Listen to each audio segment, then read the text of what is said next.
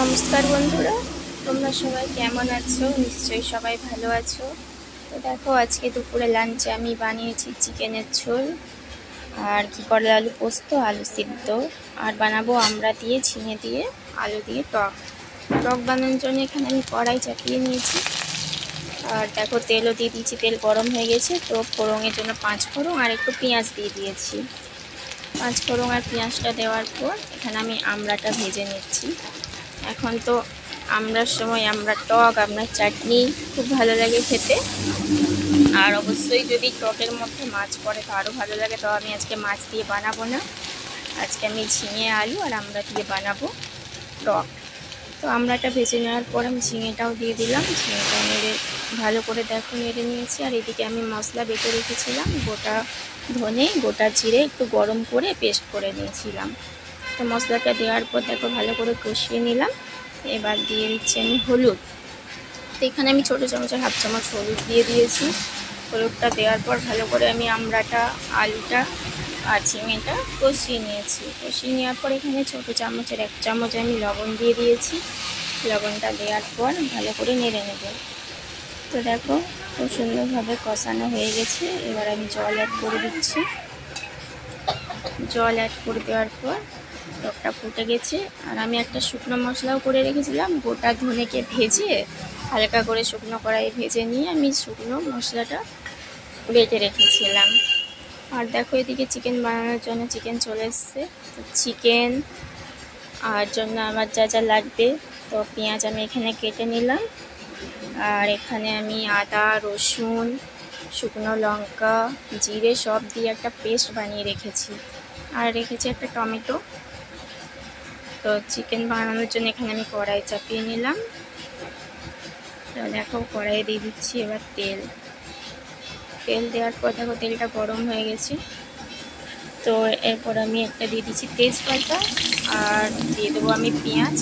পেঁয়াজটা ভালো করে ভেজে নেব। তো দেখো, পেঁয়াজটা ভাজা হয়ে গেছে, লাল লাল হয়ে গেছে পেঁয়াজ। তো এর মধ্যে আমি দিয়ে দিলাম বেটে রাখা মশলাটা। মশলাটা দিয়ে ভালো করে নাড়িয়ে নিচ্ছি। এখানে আমি কোনো গুঁড়ো মশলা অ্যাড করিনি, সব মশলা আমি বেটে রেখেছিলাম। আর দিয়ে দিলাম এখানে একটা টমেটো। তো দেখো, মশলাটার কালার খুব সুন্দর এসছে। আর দিয়ে দিলাম এখানে আমি ছোটো চামচের 1 চামচ হলুদ। হলুদ দেওয়ার পর আবারও ভালো করে মশলাটা কষিয়ে নিচ্ছি। তো দেখো, মশলাটা থেকে তেল ছেড়ে এসছে আর কালারও খুব সুন্দর হয়েছে। এবার আমি চিকেনটা ধুয়ে রেখেছিলাম, চিকেনটাকে অ্যাড করে দেব। চিকেনটা অ্যাড করে দেওয়ার পর ভালো করে কষিয়ে নিচ্ছি। দেখো, এখানে প্রায় 700 মতো চিকেন আছে।